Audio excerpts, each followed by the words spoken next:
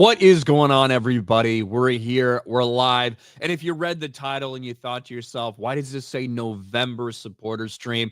Well, it's because holidays sometimes get in the way where you have to see family and spend time with those people who love you or whatever other shit you have to do. So, because we were so busy over the Thanksgiving holiday, a lot of people wouldn't have been able to make it. We figured, why not? We'll push another week. We'll do it in this second Sunday here in December. And that's how we get to where we are today. Welcome, everybody. I usually stream on this channel about once a month, and that's where not only do you get to listen to me talk, which a lot of you are probably sick and tired of anyway. I do my own streams normally on Sundays anyway, but on these streams over here on RK Outpost Live, you get to hear from some of the people who've been supporting me for a really fucking long time, whether it's on YouTube, whether it's on Patreon, whether it's on Locals.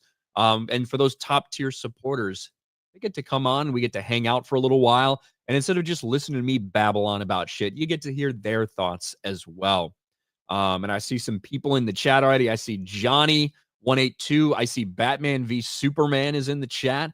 Liam Neeson's chin. Dr. Dave Picasso has made an appearance. Chris Grogu, for shame.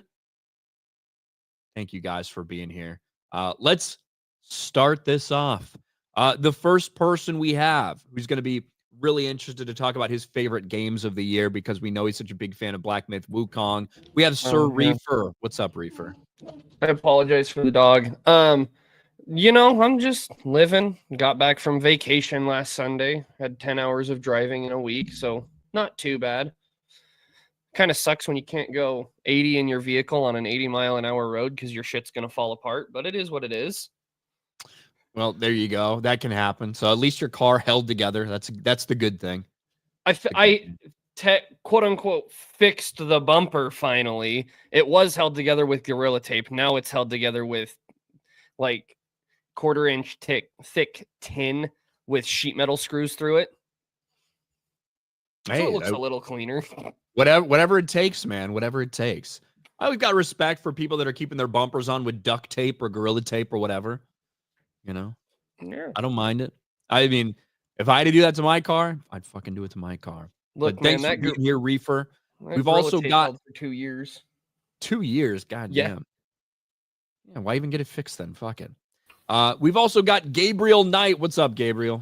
Not a whole lot. It's been one of the worst years ever for entertainment. Nothing really eventful came out. In an ordinary year, I'd probably went and saw Gladiator 2 because I was such a big fan of the original, but now my apathy has reached just peak. I don't give a shit. I probably never will watch it. It's just how out of tune I am with modern day entertainment.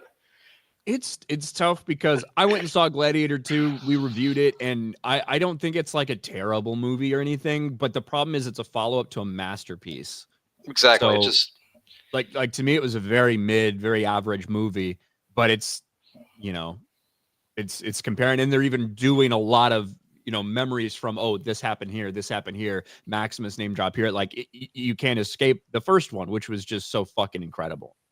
Yeah, exactly. It's a just unnecessary sequel, which sometimes you can get away with, like with Top Gun, but just from what I hear, this movie is just fucking pointless. There's just no reason to make it. So I ain't watching it. Yeah, pretty much. Well, thanks for being here, Gabriel Knight. We've also got Sleazy. What's up, Sleazy? I just want to point out that I at least use zip ties to fix my car. You can do that. I needed to do that. Fuck. What happened? I scraped the underside of my shit on something, and they did give me zip ties to last like fucking. Lasted me a couple weeks before I could actually get the bolt I needed. But they gave you shit zip ties. Well, like I wasn't gonna sit there till the fucking underside, like basically the skid plate under my car fucking fell off. So it held till I needed to get them replaced. It's not that important. Whatever, no big deal. But I feel like your camera's zoomed in closer than it usually is, or is that just me? Yeah, I'm trying to figure out what the fuck is going on with it. Yeah, there you go. It's doing weird things. It threw me off. But thanks for being here, Sleazy, with the Medica representation. We've also get a hat for your hat. Buy a hat for your hat. We've also got Grandmaster Chris. What's up, Grandmaster Chris? I'm doing good, Ryan. I hope you guys all had a good Thanksgiving. I know I certainly did, even though it included 12 hours of driving, but we had a lot of fun, ate a lot, and the highlight, of course, was someone started playing YMCA and everyone broke out into the Trump dance. There you go. At the family gathering. Yeah, because I have a very conservative family. We're all from the South, and we all. I'm betting most of us voted for Trump, and we were all very happy with the result on November 6th. Well, there you go. Happy Thanksgiving to everybody. That's awesome. We've also got, I wasn't expecting Santa Claus to make an appearance so early, but we've got Santa Biggles is here. What's up? Ho, ho, Santa? ho. Snape is black to get revenge on my wife's black boyfriend who keeps railing her all day. And I am the casting director for that show. So yes, that is why Snape is now black. I had no idea there was such a big connection between Santa Claus and Black Snape. Yeah. So Santa and Mrs. Claus has a black boyfriend, and every night she makes me watch, and it's very sad. So I got a job as a casting director on my off time, and I became in charge of the Harry Potter new show. So I casted Snape as a black guy because he gets cucked in those books by James. So I made sure to do that for Mrs. Claus. And James, my revenge. Biggles, did you steal my Twitter post? Is that no? I've been using that for a week, but I added Santa because I was dressed as Santa. God. Well, I didn't know there was so much lore behind the reason you decided to be Santa today, but I appreciate it, Biggles. I appreciate it. Yes. And also, I think for the first time on this stream, we've got Darth Ghostface. What's up, Darth Ghostface? Hey, Ryan. First, I want to say, as I was originally going to plan the first time to join your community stream back in September, but on that afternoon, shortly before it happened, I got a phone call from a relative of mine who asked me to drive him to an airport so they can fly downstate for surgery to fix a clogged saliva duct, and I tried to convince them, ask them why, and they said that their car broke down a few days before that, and they had to take it into the shop. So tried to talk my way out of it, but they basically started begging me to get them. So, but now I'm here for the first time, though. I didn't expect you to do the last one last month in early November, since I thought you were going to wait a little more later since you were at SpaceCon in October. So, but God, I'm finally here. I've been subscribed to you for almost 4 years now, and I have to say, people like you give me hope who speak out about what the current state of the entertainment industry has been in over the last decade. Well, thank you, Darth Ghostface. I'm glad you finally made it. I didn't know you subscribed for 4 years. That's awesome. Well, yeah, I discovered you in many of these other channels like Geeks and Gamers, Nerdotic, Hugh versus Babyface, etc. Like at the start of 2021 from Ichibaka, when you heard the news about when Star Wars Theory was attacked by Pablo Hidalgo over his emotional reaction to that CGI Luke Skywalker in the season 2 finale of The Mandalorian, which that's something that's not what I would cry out, because that CGI Luke is still Jake Skywalker, but I could at least understand why Theory would cry over it, since Star Wars has been a big thing of him since his life, especially since he's a cancer survivor. So yeah, it's hard to believe that was that fucking long ago, but it's good to have you here, man. It's good to have you here. So thanks for being on. A couple things I wanted to talk about today, just kind of in general, while we usually go about an hour and a half on these streams, and typically we try to aim for the last Sunday of the month. Sometimes, especially on the holidays, doesn't work out, especially with Thanksgiving and shit like that happening. But the news that's had me more pissed off than anything else over the last couple weeks, and everyone's probably not going to be as passionate about this as me, but I have Black Santa here, or Black Cucked Santa Biggles, to blame, because the idea, and it's not an official cast announcement, just a report of who they're considering, of Black Snape for the new Harry Potter series. That has me more angry than anything I've heard in a long fucking time. I'm sorry, Ryan. I'll do better next time. Yeah, you better. You seem really low now, Biggles, for some reason. Probably because I'm farther back, and I can't talk very well when this is on my face. Okay. So So. Well, there you go. So I have you specifically to blame for this. And Correct. Yes. like, I also did it to get my revenge on the Harry Potter fandom. well, I can understand that because there's some weirdos out there in every fandom, but I was fully expecting that there would be some random character they fucking changed the race of because they fucking even make some shit now these days, but not this character. Like, one of the most iconic characters from the series, one of the most known characters from the series, immediately gets blacked hard by Papa Asiato, who's some black British actor, I suppose. It doesn't really matter. Snape is not black and shouldn't be black. And I'm just so fucking sick and tired of this in everything we watch, that they're unable to just tell the stories from the IP, from the franchise that it's based off. It just makes me fucking sick, honestly. And so this Snape one's just the newest one, but it's the one that pisses me off more than any other that we've had for a long fucking time. It especially pisses me off when you got people who say, well, he was never explicitly described as being white in the books, when no, that he actually was. He was described as having, like, what was it, like shallow skin or something? Sallow and pallid skin. And greasy straight hair, which I don't know about you, but you don't see a lot of black people with greasy straight hair. I mean, it depends on how low quality the weave is. Hey, that's just the women. The men's quality is based on how well the pick stays in. Jesus fucking, I hate you, sleazy. You bring this out of me, you shit. I'm glad.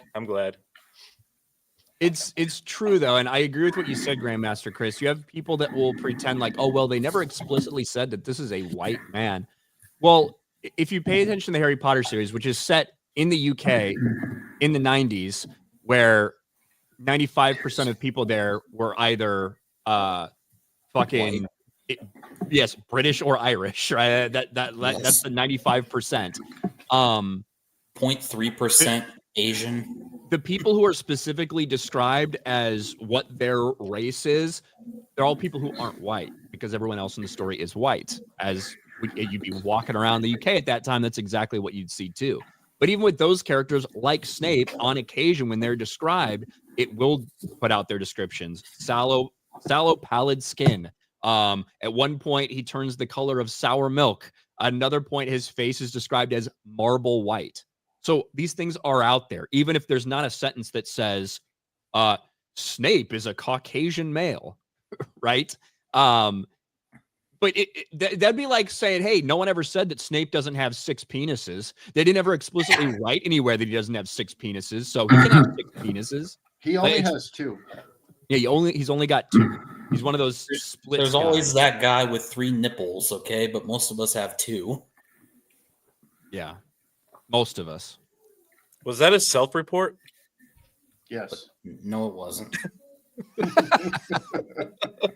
There was a long delay between that and no, it wasn't.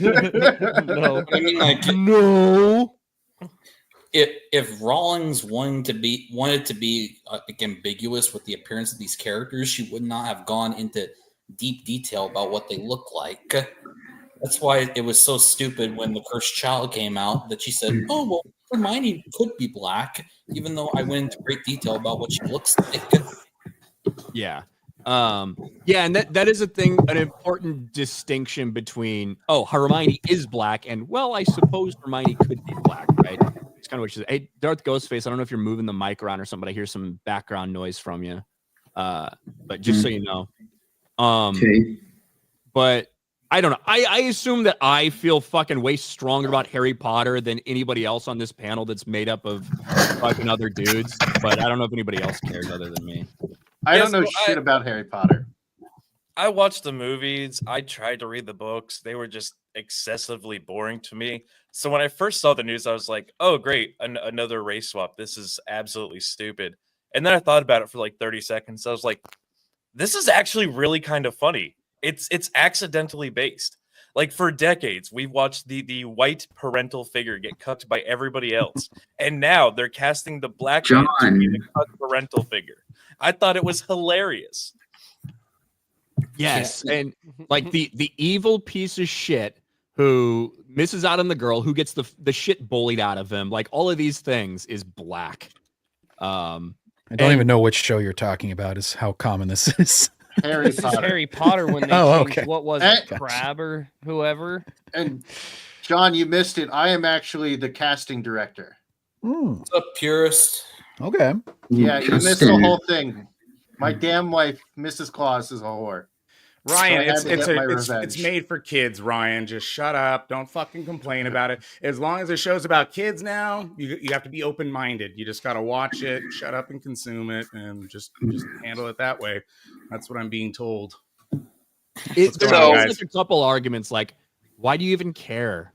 Yeah, Why I've seen do that you on your even live. care? Who cares about it? Then All right, there's so the others like, well, they never actually described these characters. Yeah, they fucking did, you dumb cocksuckers. So those same people saying it's not a big deal if you race swap, would they say the same thing if they made Black Panther like a white South African?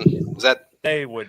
I like how you They called would him. have a meltdown over that. I like how you called him Black Pander by accident. so? I remember the Ewok Freudian movies slip. that Freudian my slip, family- yeah.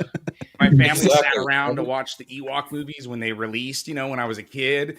Those are like kid-centric movies, right? But I remember distinctly lots of people ripping on the fucking Ewoks like all throughout my lifetime. So I find it funny that now all of a sudden, because the goalposts were moved, we're not allowed to criticize something because kids are involved in it, or say it's fake Star Wars when it's fake Star Wars. Well, purist, you're the only Wookiee hater that I know. You're always trashing on them anytime that I'm somebody not a brings Wookiee them hater, up. but it's this belief these people have that like the Wookiees would have made the Return of the Jedi different. That actually plays better to the story that they are Ewoks instead of Wookiees. And like I said, you've played KOTOR, right? I mean, Zerka Corporation enslaves Wookiees. We have Transdoshan that go around and hunt and put Wookiees into slavery. So the Wookiees aren't these badass motherfuckers that never get stopped. The Nogri handle them pretty nicely in the Thrawn trilogy. So that's kind of like a faux argument in my I love how Marvel purist is starting to sound like a human supremacist, and I'm here for it. I approve. the Trandoshans are always pieces of shit in any Star Wars. Is what I love. Like I played the Republic Commando game, and I'm like, oh, we're killing the slaving Trandoshans again. They're like the green dudes, right? The Yeah, lizards. Yeah, the lizards. Dudes. I didn't Yeah, like realize the lizards were so nostalgic. It is funny. There are certain like races of aliens that is they're basically all those are just pieces of shit. You know what I mean? Like So you you- come across a Transdoshan, there's a pretty good chance that they're just an evil fucking character. the one it thing- makes sense because they have the part of their name is Transdoshans. I don't think the S is there. It's just Trandoshan, but I Trandoshan. see your point though. I see your point. But yeah, But going back to what I can't remember who mentioned it, but like anytime they bring up this whole idea of like, why do you care so much if they race swap it? Anytime they do that, just respond with the picture of Ryan Gosling as Black Panther. They're like apply their own logic against them, and they will always freak out because it always goes one way and never the other. Yeah, they're hypocrites. Because they're programmed to respond to emotional stimuli. Well, and if I believe that it was genuine and you were just casting for the best possible person for the role, this one, it still wouldn't make any sense in this instance. But we've had so many obvious times where it's not that it does become annoying even whenever the character isn't described in like the original source material. Like, it's like, I know what you're doing. Don't bullshit me. And regardless of skin color, he just doesn't look like Snape. Yeah. because Yeah. In he's this instance, it's described as even being like even more disheveled obvious. and kind of ugly looking, but this guy, he looks like a male model. Snape looks like a fucking loser. Like he looks disgusting. He's got a big hook nose, greasy hair. He's ugly as shit. His teeth are all fucked up. Like there's a reason that Lily Potter didn't want to fuck him. Okay, there's a reason that Snape is fucking all upset. You want to like talk about like obviously the word incel gets thrown around a ton now. Snape literally is right. Like that's kind of the Kinda vibe is. his entire character gives off. Snape gave to Lily's OnlyFans and she kept teasing him in the comments. She was like, oh, you're such a great guy. Snape is still subscribed to Lily's OnlyFans 10 years after. Hey man, that's that discontinued by manufacturer shit. Well, guys, Great, Severus, another but not as reason good as that James Potter. why I made this casting is to make sure that Lily was a racist and she didn't want Yes. this black man. So I did that as well. Well, the answer to their question, why do you care, is, well, it breaks the immersion factor. Like, it distracts you from the story into the real world casting and the decisions made behind it. That's the answer to it. Like, I don't know how they would respond to that, but No, the answer is, if it doesn't matter, then why are you changing it? exactly. Yeah. And when they ask you why do you care so much, what they really mean is, well, we care, and that's why we actively made a decision to change it, and we just want you to shut up and accept it. Yeah, they're trying to shut down debate. Exactly. Well, going to the physical characteristics, I never watched the trash like DC shows or anything. Like I'm talking like the CW. Like I watched Arrow and Flash and a couple seasons of both, and I was out. But didn't they do the same shit with Jimmy Olsen, where dorky Jimmy Olsen turned into this big, muscular fucking black dude? He was like that super totally tall is too. not Yeah. a representation of who that character is at all.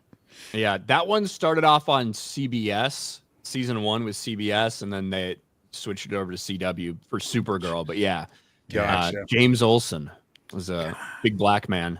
Supergirl was such. I mean, like Arrow, you at least got like a couple seasons. Whenever it was Deathstroke as the villain, it was all The right. first couple seasons of Arrow, I think, are fucking awesome. Once you do the Team Arrow and you do the, the retread characters and shit, like I'm not even like I always say, like the Bat family, like there's great writing in that, but again, everyone's a Batman. Like it takes away from what the real character is. That's why when you have like Miles Morales and all the retreads they use in Madam Web, it just doesn't work because you need to be creative to actually make it its own individual character.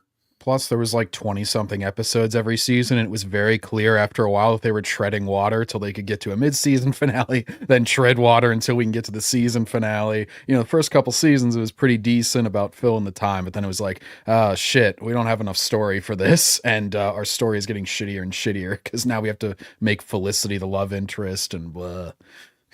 Felicity Smoke was fucking hot, though. Yeah. I thought what's-her-face who played Laurel was pretty hot, too, the first couple seasons. Mm-hmm. Yeah. And that all this fucking spinoffs. I watched every fucking Arrowverse show for a while because I liked Arrow. I thought the first couple seasons of Flash were solid. They're different shows. Like Arrow was definitely darker, whereas Flash was a little bit more kind of like there's a lot of heart behind Flash, I suppose. But I will say I did not watch Supergirl at all. I watched, so I didn't watch it for the first season on CBS, but when they decided to bring it in the CW, because they did a crossover episode, and when they decided to bring in the CW, I'm like, okay, I'll try to keep up with it.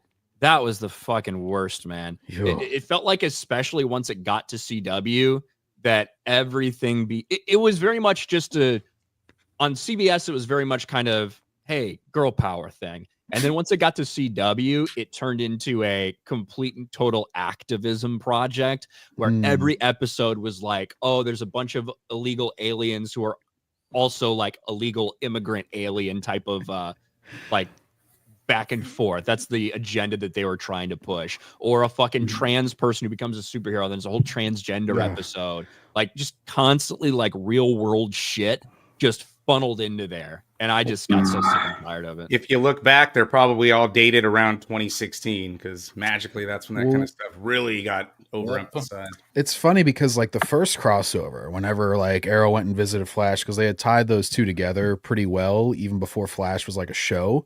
And I was like actually pretty hyped up for that. And it was a pretty cool little crossover. And then they got more and more unruly as they kept adding more shows. And then I wouldn't keep up with the other shows. So I'd just be like, what the fuck is going on whenever all these Supergirl characters are coming in and it's like this smorgasbord of just every group and they've bastardized every character. And I'm just like, well, this is odd to just dip in for a crossover and so much shit has changed in the last 2 seasons. Yeah, they had the Legends of Tomorrow or whatever, that show. There was a lot going on. Black Lightning on CW.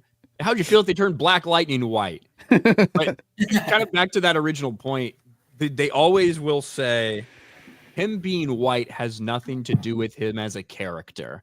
They never say that about any fucking black characters ever. It's always essential. Yes, that's what they say, and it's bullshit, right? He's white, and he's because he's white. Yeah, like that. And the fact that the reason it is a red flag is because as soon as you do that, you're showing everybody that you're not actually trying to adapt this as close as possible. You're not. That's not what it is. And guess what? If their big announcement had been from the beginning, hey, we're looking to a Harry Potter series where we're focused on making this a 2010s representation of Harry Potter, whatever, that'd be one thing. But they said, no, this is going to be a quintessential 90s based Harry Potter, and it's going to be a faithful adaptation of the books. Yeah, and that was like the big appeal for me, at least, about this show is like they're going to be even more accurate to the books, because one of the problems I have with the later Harry Potter movies like Goblet of Fire to Half-Blood Prince is they cut out a lot of stuff.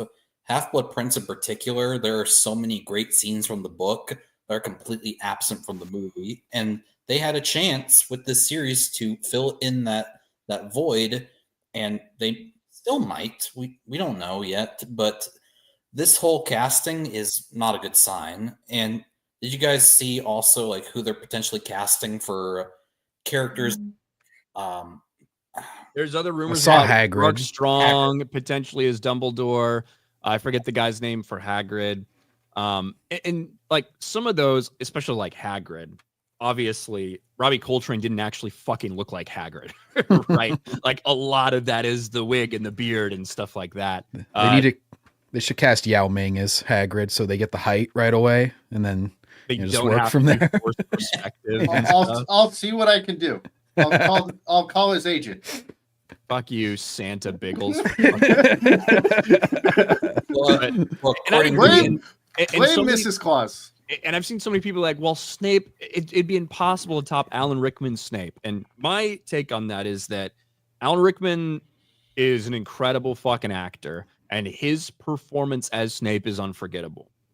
But his performance as Snape, while he looks like the character in general, probably isn't actually ugly enough. While he looks like the character, he doesn't really act like Snape in the book very often. no, like he's a much bit more too kind of- sassy. He's much more cold, a little bit sassy, and stuff like that, the way Alan Rickman portrays him, very emotionless at times. That's not Snape in the book. Snape in the book is fucking unhinged sometimes with humor. Like almost uncontrollable. And we never saw that out of him. We never saw him really being as cruel as he should have been to a lot of the other students.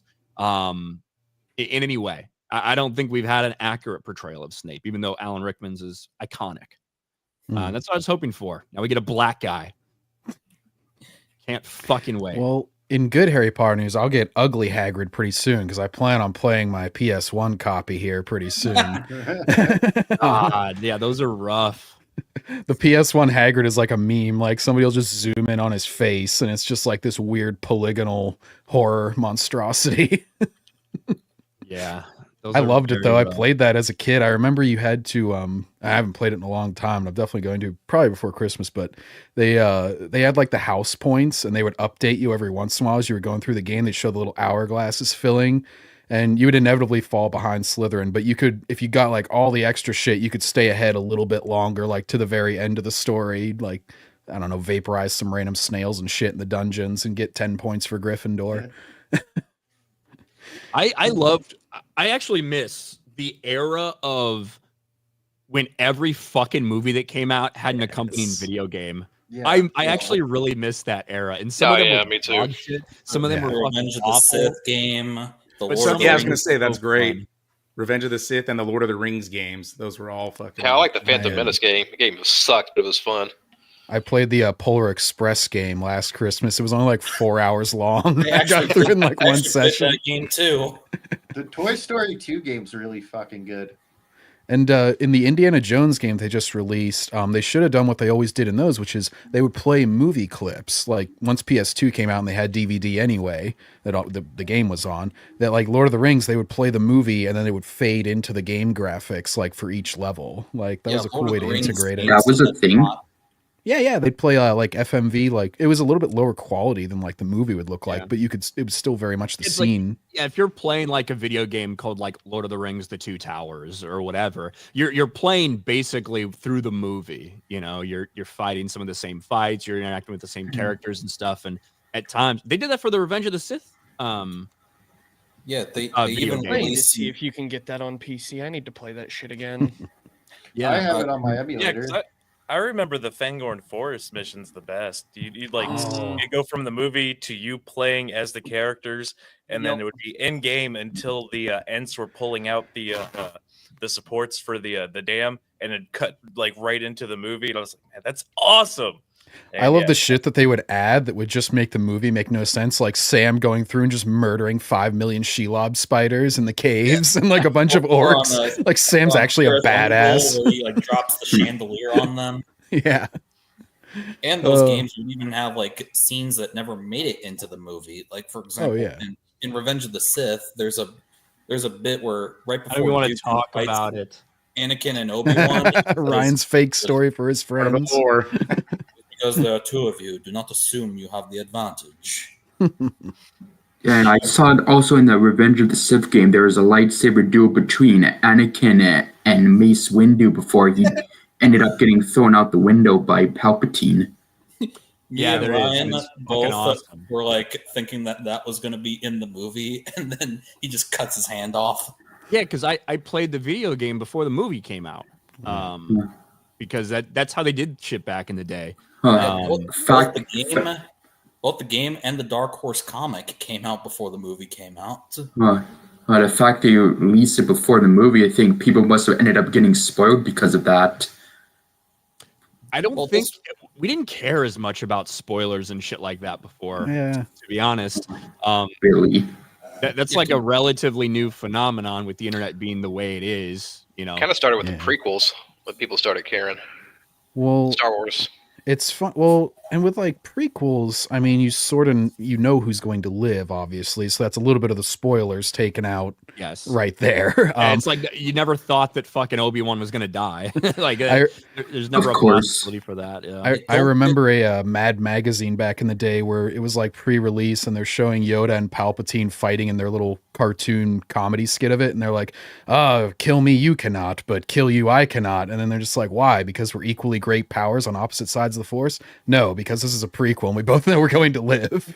Because George Lucas didn't care about the EU too. You know, you had the 03 Clone Wars that led right into Revenge of the Sith. You had Star Wars Obsession that led right into and was released right up to the release date of Revenge of the Sith. Books like which is 1,000 times cooler than Filoni's. Whoa! What about Fortnite? That is officially canon to Star Wars. The crossover. I can't stand Fortnite. Palpatine gives his speech. The day of the Sith is arriving. I can't believe that they did the reveal of like Palpatine being alive to the universe in Fortnite. That's how they did that for Revenge of the Sith. Star Wars just needs to go like they just need to go like Friday the 13th style, where they know how ridiculous they are at this point and just intentionally make it trash. Like Palpatine during the Fortnite thing could have just been like, somehow I've returned. I don't fucking know how. Anyways, go watch the movie. I really needed this paycheck. Yeah, they could have done something like that, I suppose. Maybe it would have been better received. Well, yeah, like by the time you get to Jason Takes Manhattan, you know that they're like, we know, guys, we know it's silly. Let's just have fun. Not fun, but fun. Because like back in the day, you get novelizations and shit like that that would be released sometimes days before. And look, if in the early days of the internet, if you wanted to find something like it, you really had to like search it out. Whereas the way things are today, with everyone being on some form of social media, you find things you're not even looking for when it comes to that shit. Obviously, that's true. Anime back in the day, it would release in Japan way sooner. Like I was watching DBZ in the 90s. The show, it's like in the beginning of the show, it had already concluded. It had concluded in the manga in like the early 90s. It had concluded in the anime in like 96 or something. And so you're watching it in America, you could easily find spoilers. You just fucking enter a search engine anywhere. And so it's kind of like, but then you'd read a bunch of fake shit. It'd be like fanfics or something. You'd be like, oh dude, I heard this happened. And then some completely the opposite would happen, but it was still fucking awesome to watch. Like I just didn't read the spoilers really. Well, the GT games were out before Dragon Ball even hit the Majin Buu saga. So I was playing GT Final Bout and I was like, what is the Super Saiyan 4? This is fucking awesome. I was like, when do we get this? It's like Goku just like hit Super Saiyan. What's going on? Well, it is funny, like as far as people like wanting to be there, not wanting to get spoilers and everything. I know Ryan's not quite as into the anime. I know he is a big anime fan, but Huge. Yeah. He's but like almost as big of an anime fan as Gary is a gamer.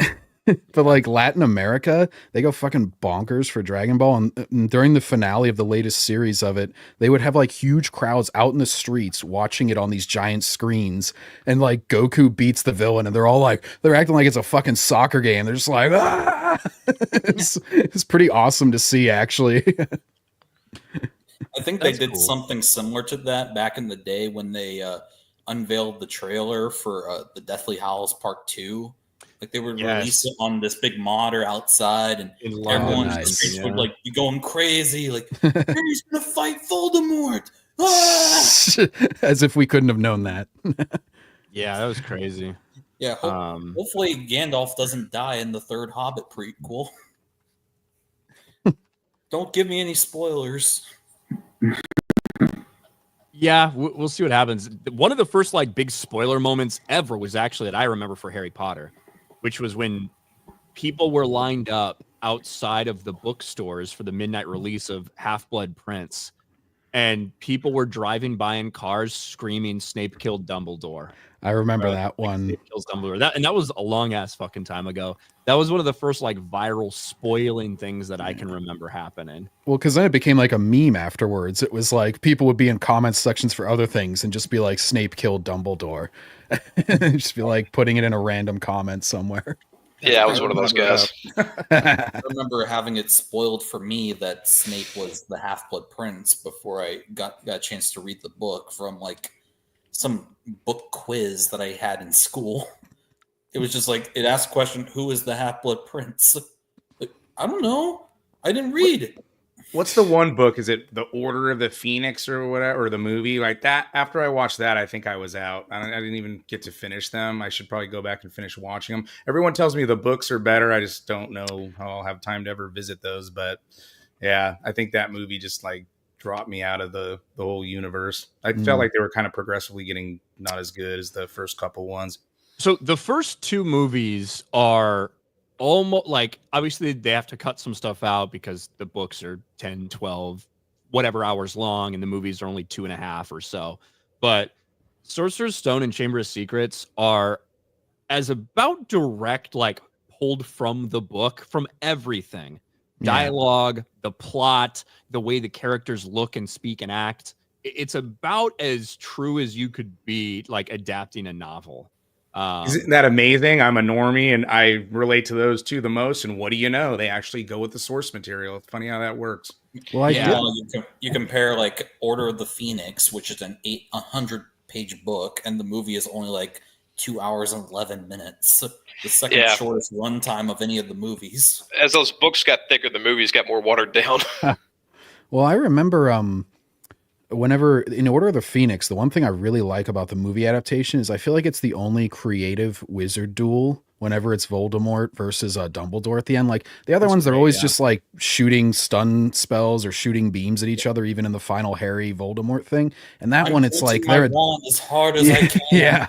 And that one it was cool because like they were adapting, like he breaks the water and then he makes the big like water like rush and he puts him into a ball of it. And then he's like making the fire dragon and shit that he's spewing out of his mouth. Like the glass that comes flying and figures it in the sand. Like in the book too, that is like the most incredible duel that we see. And that's the two best wizards that exist fighting each other, you know. It's supposed to kind of stand out that way, as opposed to a lot of the other ones when people are having these standoffs. There were things I actually hated about the way the adaptations for some of those later movies. And I love the movies for what they are, but they're nowhere near as good as what I felt the books were. Even so that's why I always wanted to see it actually in a premiere, high budget type of series. That's like the way I wanted them to adapt it, period. Because you have enough time to do all that shit. And the first fucking casting rumor we get is this fucking black guy. As I said with my super chat on Friday Night Tights, are you guys not excited for the Half-Blood Prince of Bel-Air. God. Yes, I can't wait for James and Sirius to bully him and then literally fucking hang him essentially underneath a beech tree. I can't wait for that to happen to the black character. I'm going to be curious. Go ahead. Oh, go ahead, Gabriel Knight. Yeah, just real quick. There was that recent controversy about what the Gobbler bankers and how I guess they were like an anti-Jewish stereotype. Be curious to see if they're going to do anything about how those goblins are portrayed. That's almost as stupid as saying orcs are an allegory for black people. Right, I agree, but I mean, come up with that? Well, I mean, that was the Hogwarts Legacy shit. Is like in Hogwarts Legacy, Gringotts had a giant 5-pointed star in the middle of the floor. That was, it was 5 points though. One of the last Star Wars, the fanfic he used that Disney does. One of the last books I read was all about like just post the Clone Wars starting, and this Nemoidian comes and like lectures either Anakin or Obi-Wan before they visit the Nemoidian homeworld about like, we are not just bankers, and of course they don't make them talk like Japanese. They like add a different accent, but they're like, oh, we have a rich culture of this, this, and this. We're not just money grubbing, blah blah blah. So I'm like, oh my god, I get it. That reminds me of that one of those arcs in the Clone Wars that everyone loves to say is so nuanced, where like Padme and Ahsoka go to the Separatist homeworld and they see like people who are like not sympathetic to the Republic but want to make peace with them, and they're trying to go for the whole there are heroes on both sides, and then it cuts to Dooku scheming with someone from the Trade Federation. So it's like ultimately, yeah, ultimately the Separatists are still a bunch of evil people. They're still mustache twirling villains. So much for nuance.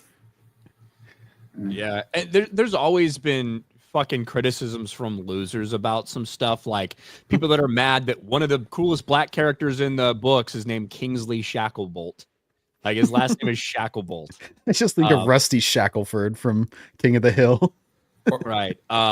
The only Asian in the story, well, the only like East Asian person in the story is named Cho Chang. Cho Chang. We're mad because that sounds too Asian, I guess. Played by Isn't that a common name among Asian people, though? Probably. Like, I'm not Asian, so I wouldn't fucking know. But it's like you're mad that the Asian person is named like an Asian person would be named. Like, what the fuck is the point of getting mad at that? Are you upset that the Mexican in the story might be named Juan Gonzalez? Like, what should he be named? Well, Ryan, when her dad was named Mitsubishi Toyota, that took it a little bit far, I feel like. That's true. There's a couple like Indians in the story called Pavarti and Padma Patil. What do you expect these people to be named? Yeah, Dev Patel is a real person's name. I know that, so it sounds close enough. Whatever. Biggles Mets, only 12 months on this channel. I'm a slacker. You're a slacker for changing Snape's race, Santa, you fuck. Well, blame Mrs. Claus, okay? Well, I can still give you coal if you want. I do. Well, according to Daniel Kibblesmith, Santa actually has a husband. Damn. Well, that's I knew it. Santa. Fake Wait, news. isn't Kibblesmith the new warrior, snowflake, and save space fucking writer? Yep, that's him. Yeah, that's the guy who did that. That's Can't the believe guy that that actually caused was a Gary thing. to lose his mind and go, oh, fuck that shit. Fuck it right in its ear hole. Yeah, that was. I don't even think that ever. Did it ever actually get released? I don't think it did. No. Yeah, they canceled that shit.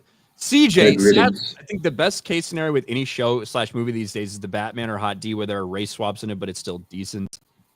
And yeah, I fucking like the Batman. I caught flack for talking about that shit. Like I like Zoe Kravitz as Catwoman. I think she did actually a good job in it. I think she's got a decent chemistry with Robert Pattinson. But there's that one line in there that it's like, is this why they fucking cast her so she could have this white male privilege line? Did you guys ever see that video where this guy uses AI to like create the image of what the House of the Dragon characters will look like based on the books? And it gets to Corlys Valerian, and the guy goes, "Wow, that's very different from how it looks in the show." Yeah, well, I mean, there some of the characters are described pretty well. in a lot of the George R.R. Martin stuff. Silver You hair. don't and even really need eyes. AI. Some of them already have approved illustrations of what they look like. Yep. SBZ for 5. So tell me, Harry Potter, does Voldemort look like a bitch? What? Say what Yes. again? Say what again? He couldn't even kill a baby. Just smother it with a pillow. That's what I did to the elves. Yeah, God. have you That guys got seen dark that real meme quick. of like Sauron almost conquers the world twice. Emperor Palpatine rules the galaxy for 20 years. Voldemort struggles to take a school. CJ Have for you guys 5. ever seen that? I'm looking forward to them calling Harry Potter fans alt-right members, because we all know Harry Potter's famous for having alt-right fans. We'll see. The funny thing is, a lot of these Harry Potter YouTubers or fan pages or whatever, none of them are like, I can't believe they cast a black man, but a lot of them are like, it's like, I don't really want to say one way or the other, but I just really wish that they would go for what is written in the book. Even the ones that are fucking left wing, a lot of them are like, I really don't know if that's the person they should have chose for this. That's what fucking happens.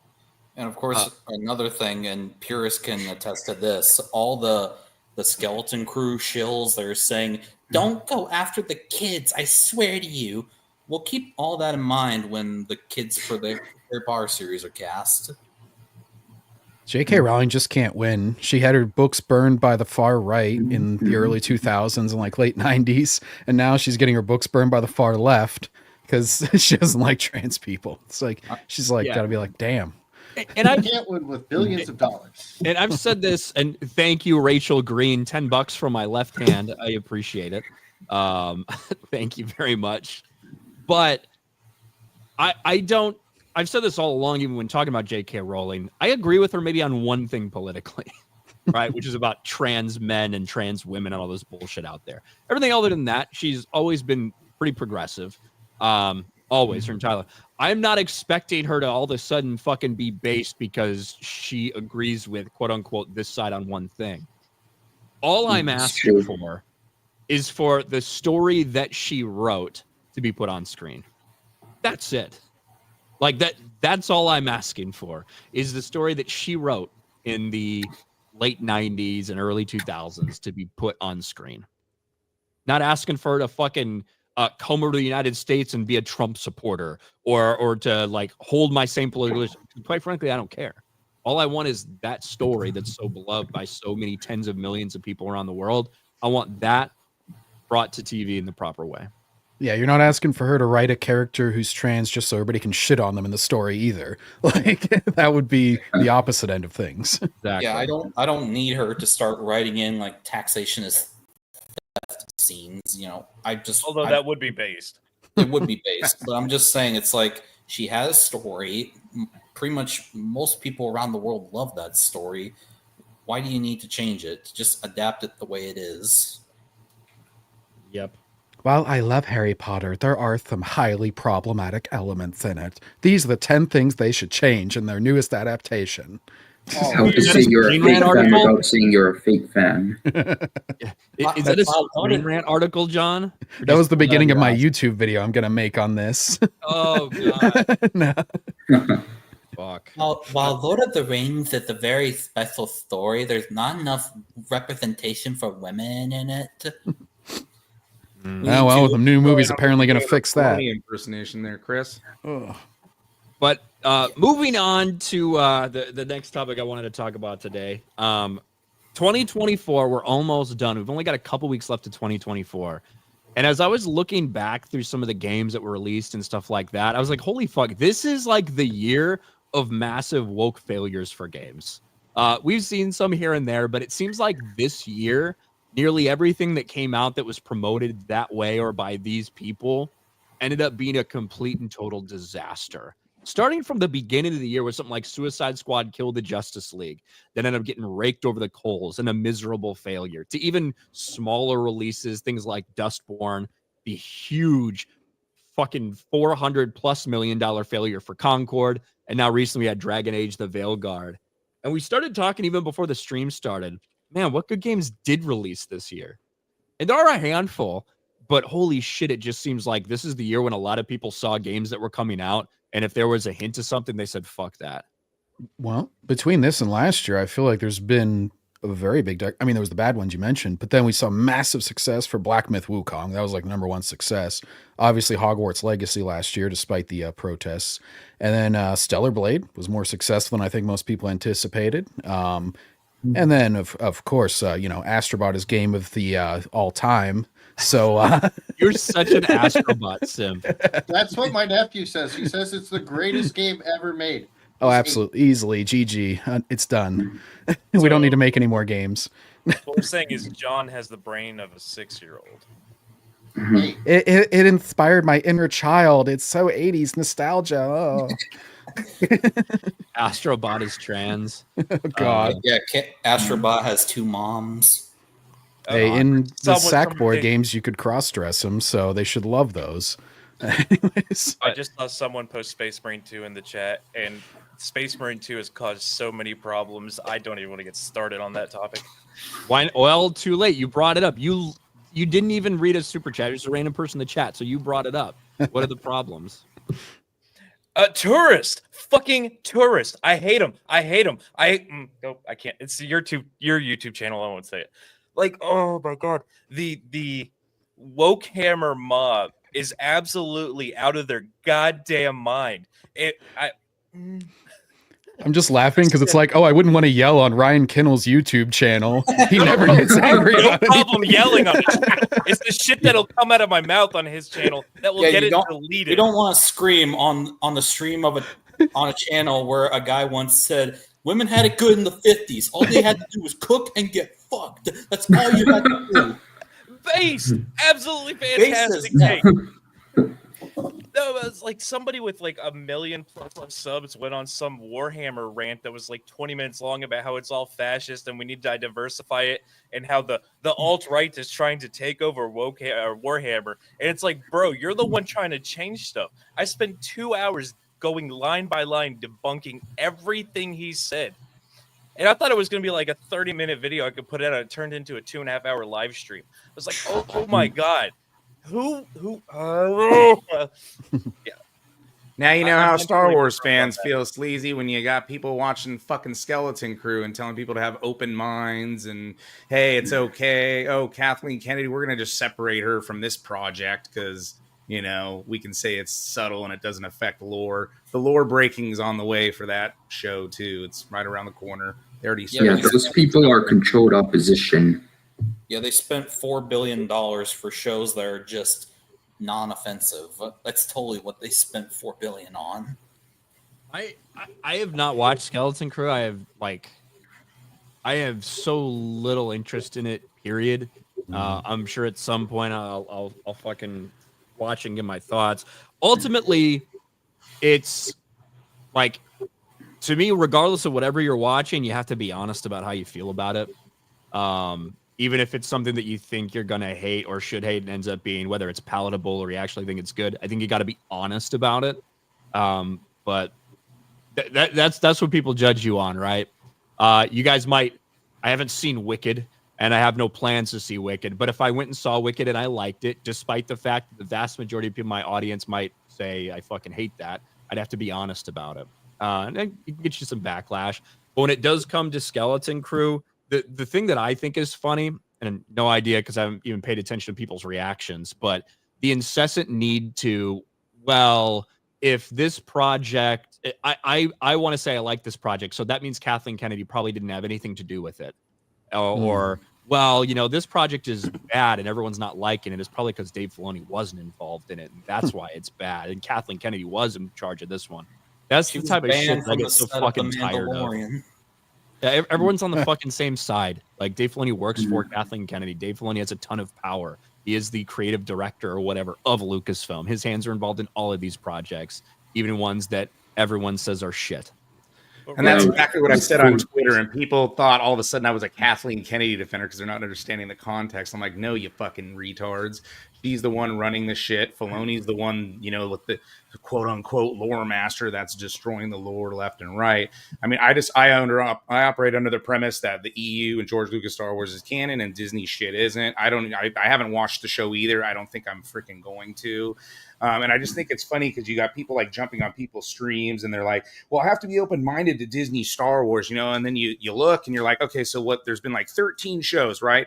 Out of those shows, even though I think they're pieces of shit, you have TCW season 7, you have Mando, you have Andor, right? Those are your default. These are okay. Well, that's 3 out of 13, right? So let's say I even give you Tales of the Jedi, Tales of the Empire. That's 5 out of 13. So you're saying 23 to 38% of the shows are hitting. You go to the movies, you got Rogue One and TFA, right? Even though, again, those are both lore-breaking movies to me. That's 40%, right? But then you got people going around talking about, well, not all the EU was good. Well, I can guarantee you the expanded universe, they have all kinds of unabridged audiobooks for free that you can check out on YouTube. You're going to get a 70, 80, 85% win rate if you just like embrace some of that instead of watching the Disney garbage that's out there. So that's just kind of the angle I'm approaching it from. And we had our Vector Prime stream last night, Ryan, and there's a dude that's doing like a documentary, like behind the scenes stuff. And he's been interviewing like all the writers and stuff. And apparently it's going to be, he also took like found footage and stuff too, but apparently it's going to be like 10 to 13 hours long. So that was on stream. Making of what? NJO? Yeah, NJO, like he actually did an interview with Lucino, and then he also pulled old interviews with Lucino, Lucy Wilson, Sue Rastoni, etc. And he said there's no fat on this when he releases it. He's just doing one big ass video, and it's for people that love the lore and that are like really into the EU. It's going to be like great. Probably not, you know, for normies and stuff to jump in and check it out. I mean, I would still encourage people to, but yeah, like barely even my like voice. Some random like normie Star Wars fan gonna want to watch a 10-hour documentary about the making of a 19-book fucking Star Wars series that they've never heard of. Probably not. Yeah, no, exactly. I'm saying for you though, and for any EU fans out there, it's going to be great. So I'll be kind of help promoting that when he drops it. Sounds like it's going to be cool. Well, I am a fledgling on my EU journey because it was a weird place to start, but I did start with New Jedi with Vector Prime just because Purist was covering it to be informed, and just finished the second book in it. But I'm amazed at the pace. Whenever I saw how many years it went, it was only like 5 years. I'm like, oh, it's probably like 5 to 10 books that they released. And I'm like, 19 books. It's like, Jesus, they were pumping these out. Meanwhile, George R.R. Martin takes 13 years and doesn't even finish the book. While we're on the topic of, sorry, Ryan, go ahead. George R.R. Martin's such a fat fucking loser, lazy sack of shit. Hope he just fucking dies so we can just like stop. Conan sketch on him is great. About Ryan, he's too busy fighting fascism. Ryan will say that, and I was worried about what I would say about what was going on beforehand. No, I hope he just fucking croaks and dies so we don't have to fucking sit there and have these discussions so we can stop pretending like there's any chance he's going to finish it. Just fucking die. I saw someone on Twitter trying to explain why George R. R. Martin is better than Tolkien. I just thought Tolkien would rape George R. R. Martin. I'll get the hell out of here. He is morbidly obese and like in his mid-70s, so it's not even that far-fetched that he could just croak any day. I mean, you know, somebody's going to finish it for him. He's got to have manuscripts or outlines. Yeah, he's like one of the fucking 2% of people in the world that actually needed to worry about COVID when it happened. He's fucking old and fat. Like, George, all you have to, if you don't want to finish the book, if you don't feel like you're qualified to finish the book, here's a suggestion. Pull a Star Wars theory and hire a ghostwriter.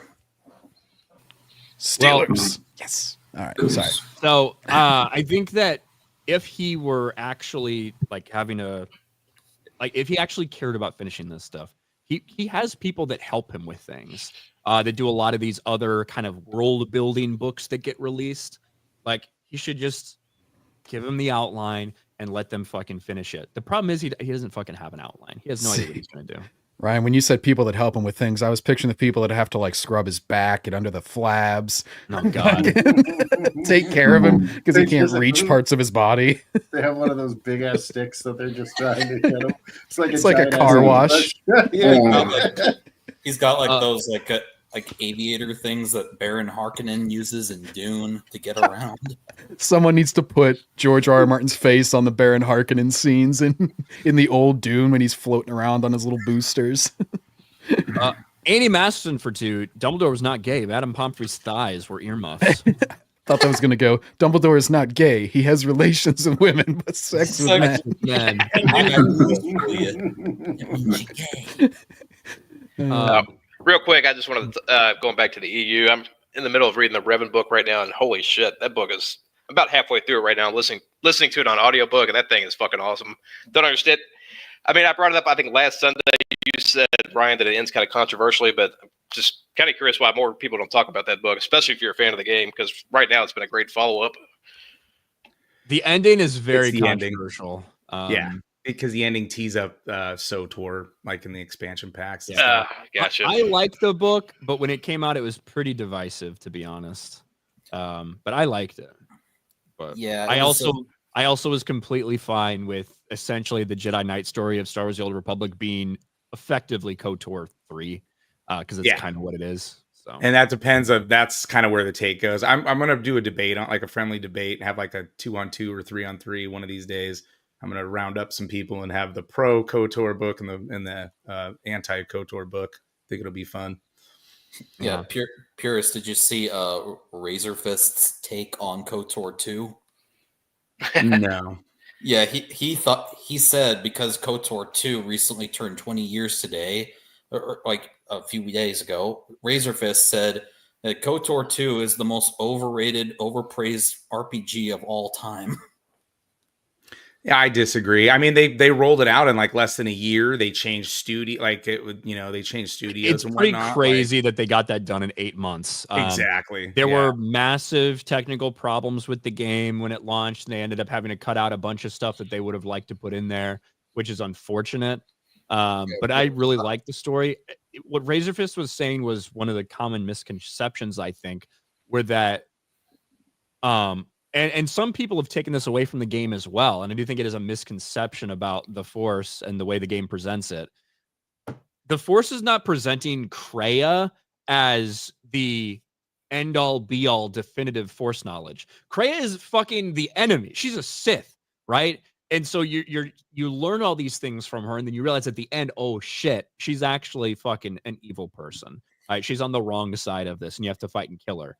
So all the things that she said about the Force have to be taken in that perspective, right? Yes, It's in the same way with Vergier. Like it's the same way with Vergier in the later stories for how she is a new Jedi Order, and then of course with Legacy of the Force and stuff like that. You have to take into account that this is actually a person who's on the wrong side of things.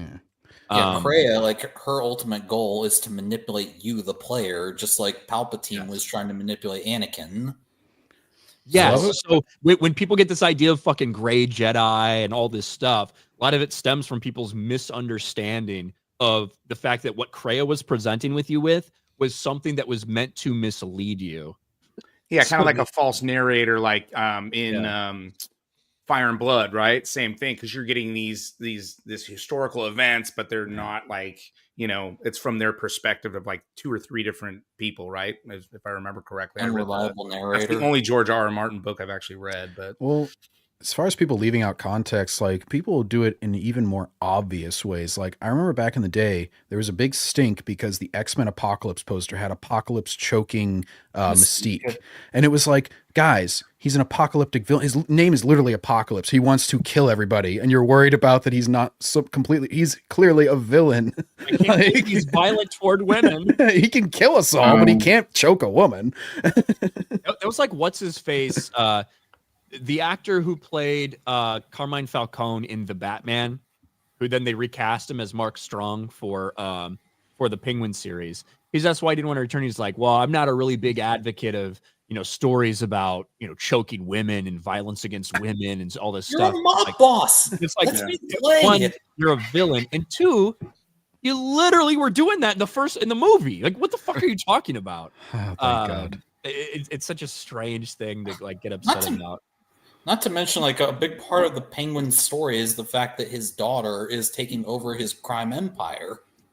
So this whole narrative that like we don't want to abuse women. What are you talking about? I still got to Sophia finish is that. I right think I'm there, about and she's 5 like- episodes in. Penguin? Good. I really like Penguin. I thought it was really good. But The finale is excellent. But to get back to the gaming stuff, and I want to give, Yeah. because I know Reefer probably doesn't care about Harry Potter as much as me. Honestly, I've been playing Magic. Yeah. So for you, now that we're at the end of 2024, there's been a lot of fucking shit that's come out. But what's the good stuff that's come out in 2024? You know, I really enjoyed Shadow of the Erd Tree. And before Sony shit the bed, I thoroughly enjoyed Helldivers 2.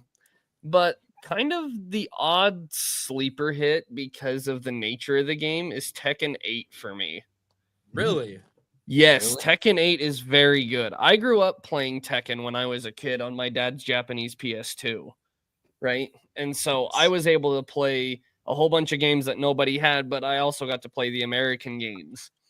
And so I remember growing up playing Tekken 3 on the PlayStation 2. And that shit was the funnest thing ever because you could just do the craziest shit imaginable, right? And my brother and I would play it for hours upon hours. Well, we got Tekken 8 and I've been playing it, and only now do I realize how incredibly deep this fighting game is. But it's a fun game. They brought in new characters, they accurately represented the old characters. It's a fighting game story, so who really gives a shit? You know what I mean? And Tekken has been ridiculous since I was a kid. So it's like, the fighting Yeah. mechanics are fun. It's fun learning how to do like a 3D fighting game like Tekken is far different than anything I'm used to with like Mortal Kombat or Injustice or Street Fighter or anything like that. Even But back in it- Tekken 3, he played as a tree. He was like a bunch of stumps put together. Yeah. But no, it's in my opinion just gotten more fun as time goes on. But yeah, it's just kind of a sleeper hit because not many people are going to be interested in Tekken because it's Tekken. You play Rebirth? No, I didn't. I Hmm. didn't get back into it after Tekken 3 until 8. Hmm. By But- Rebirth, do you mean Final Final Fantasy? Fantasy Rebirth. Yeah. Oh, no. Oh, yeah, that's what I was No, talking I don't about. play Final Fantasy. Sorry. I Wow, just don't play racist. it. Okay. Yeah, I know. I never got into it. My bad. But for He me, it hates was Asian Tekken culture. 8. But I honestly have been playing a lot more Call of Duty than I would like to admit. Oh, Call of Duty Black Ops. Reaper doesn't Yeah. love Black Ops 6. Oh, I don't love it. I But you're don't. playing it a lot. But I'm getting these camos to prove why it's a waste of fucking time. I'm only playing it a lot just to prove how much I hate it. Yeah, don't you That love makes no Don't sense. get me wrong. I Camo? still I personally enjoy Call of Duty, but you will never hear me say it's a good game because it's not. It's not one of those games that ever deserves Game of the Year. It's fucking COD. You know what I mean? It's like a bad addiction. I just bought Yeah. Call of Duty 2 for PS2 at a con yesterday. Oh, really? Yeah. That one was a fun one. Did you know there's still Call of Duty 3 servers online on Shit. PC? Really? Mm-hmm. There was nobody on that shit back in the day. That was when COD was single player, man. But have you played Sonic and the new Shadow and Sonic game? I just No, bought that one. No, the last Sonic game I played, if I'm being honest, was Sonic Unleashed on the PS3. Was that the one where you turned into the werewolf? Yeah, Yeah. that one was. I played the demo of that. I was not interested after that. It wasn't. Well, it was a Christmas present that came with the PS3. You know, like Yeah. we didn't know any better. We weren't like that. It was PS3 that started my fucking Assassin's Creed addiction, though. So that's why I'm like a level 700. We almost Ubisoft had that account. game this year. That should have been Almost, out yeah, already. almost. I was And then we got honestly looking delayed. forward to that disappointment, if I'm being honest, because I was gonna sail the 7 seas and watch it burn for myself. The fact that even Japan doesn't like that game goes to show how much Of a course, failure it's Japan's not gonna like it. How long has Ubisoft's community or customer base been begging for this game? set in feudal Japan. And then For when over we a decade, yeah. Yeah, I've been talking basically since the first one came out. I love 'Cause that- Sony's power move of we're gonna make an Assassin's Creed in Japan and we're gonna make it better than all your fucking Assassin's Creeds. Well, I really think that so after obviously you've got the first one set in the Middle East, but then you go to Italy, and then like really once they did the one that was set in America, was that Assassin's Creed 3? That was, Yeah. yeah, that would have been that technically would have been 3, but it was the 5th game. Right, exactly, because you had the 3 Ezio games. But like, Yeah. if that is when I remember everybody calling for, hey, if we're doing this in a bunch of different cultures, you have to do one in fucking Japan, because how awesome would that be? Yeah. And yeah, so it's been over a decade, certainly, that people have been calling and clamoring for that. And then Ghost of Tsushima comes out 2 years ago and does probably a better Assassin's Creed game than Ubisoft could ever make. Like based on what they put out. Yeah. I I'm played still- the 4 expansion, the one with Adewale recently, Freedom Cry. That one wasn't bad. I played it when it came out because I had I had that DLC. It was pretty damn good. And Yeah.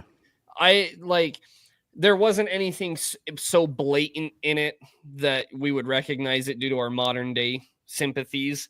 But like Sensibility. Adewale was a character all throughout the entire fucking story.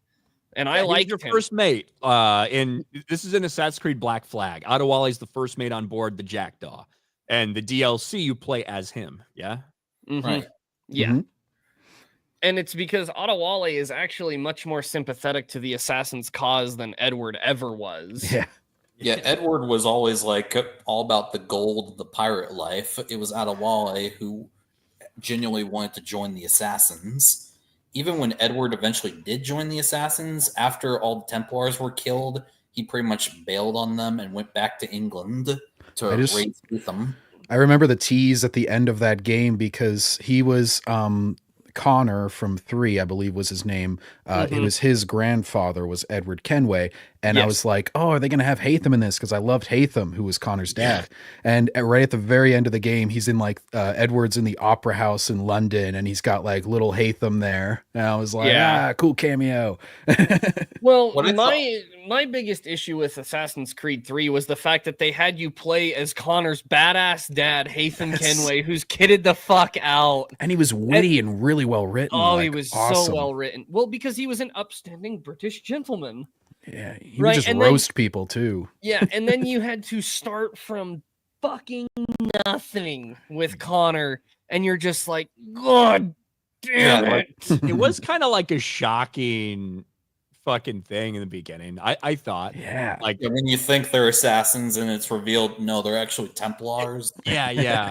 Well, yeah, that was cool. Don't get me wrong, but like, I had to start as Connor as a kid and learn how to fucking hunt. When your favorite part is the prologue in a game, like I still liked 3. Don't get me wrong. Oh, I but loved like, 3. but like the prologue just stands out so much. Where I'm like, I love this character. This is a really interesting story. This is awesome. Then I'm like, it's a slight step down. I still like it. And the George Washington DLC was pretty interesting and everything. But I love that Yeah, the DLC. tyranny of King George was interesting. It wasn't my favorite, mainly due to my proclivities for U.S. history, but it is what it is. George Washington didn't want to take over with an evil apple of. Did he have the apple of Eden or another artifact where he I was can't like? remember It was what. the apple. I think it was the apple because that's what they were chasing the whole time. Well, I don't mean to contradict you, but I am a history major. My diploma's hanging right there, and you can trust me when I say that definitely happened. Oh yeah. Strike me as a gender studies type, John. Oh well, that was my minor. Yeah. It did happen. I was George there. Washington was also a they them. There's my other history fact now. There you go. You wanna know the coolest history fact I know? what? What? Thomas Jefferson owned the largest pot farm in the Western Hemisphere to ever exist. It wasn't technically pot because it was. That's why you needed hemp so many plants. slaves. It was hemp. Yeah, it really. But hemp. It was hemp plants, and you smoking hemp buds is essentially the same effect. Just Bro, we should like rebel or something. Bro, Yeah, I'm not really feeling the way Parliament's been treating us, man. Because contrary to popular Dark belief, it was not place, King George. man. Her grievances were not with King George; they were with Parliament. Taxes are bullshit, man. Like all taxation is theft, bro. He's so expensive, man. Santa, what about you? Any good games that you liked from 2024? It's with all these fucking dog shit games that came out, including some of the biggest AAA game failures we've ever seen. What were some bright spots for you? Grand Blue Fantasy Relink, even though it's got some gotcha things in it. I never played the phone game, so I didn't know it was originally a gotcha game. That's actually really good. Lethal agrees with me on that. Metaphor Fantasia or Refantasia. What he said. That game's really good. If you like racism, there's lots of racism in that game. So if you like racism, go play that game. Which way? Like against white people? It's against like the sub races, the races that don't have the horns. Like there's the Parapets. They're like they got like dog ears or cat ears or something like that, depending on which person you look at. And there's one where this little kid's like, yeah, you can't say mean things except about the bloody Parapisses. They smell like poop. And so there's lots of racism in that game. So if you like racism, but the whole thing is like he's reading a book, which the collector's edition is like the book itself, and he reads a fantasy world that's basically our world that we live in now, except with like the things they want changed. And the whole thing is a metaphor for our world, and it actually handles them like topics really well. And then you get to kill a bunch of shit, and you get to fuck shit up. So yeah, it's a lot of fun. And then what other game did I really like? Dragon Ball Sparking Zero. That game is fucking amazing. I think it's right here. I've heard good things about Sparking Zero. Yeah, it's really good. It's just there was way too many rage quitters, and then you wouldn't get any points if they lost or if they left. So they started banning all the rage quitters. That made it a little better than what it was. And but there's still some characters that like this game isn't supposed to be balanced, and they're balancing it because everybody's like, no, we need a balancing thing because people are just using Yajirobe, running his fat ass away and eating a sensu bean. And then they win because he has full health. So they're like, you need to fix this shit, you motherfuckers. so they changed all that stats up. So there's going to be a little change in the patch. But that game is so much fun. If you're a fan of Dragon Ball, you'll like this because it's really good. I almost bought it on sale, but it was I have too much of a backlog. I was like, it's $50, but it'll probably be $20 by the time I actually get to play it. Dude, I have the PS5 version so I can play with my PS5 friends, and I have the PC version so I can play with my PC friends. You have friends? I have online friends. What's that like? Is that the same thing? They're not real friends. They're just online. So I can only play with my online friends. Have you ever thought about touching grass? I live in a desert, so I walk on dirt. Touch sand. Touch sand. That's what Shooty Gatwa told us to do if we didn't like Doctor Who. Oh, jeez. Fucking Go touch grass. Better be careful. They're going to cast him. Yeah. The Brits are getting fucked, aren't they? They're going to cast Shooty Gatwa. That's a good idea. I'll write that down and I'll speak to his agent. Yeah. Ryan, are you excited for Gary to force you to watch the Christmas special?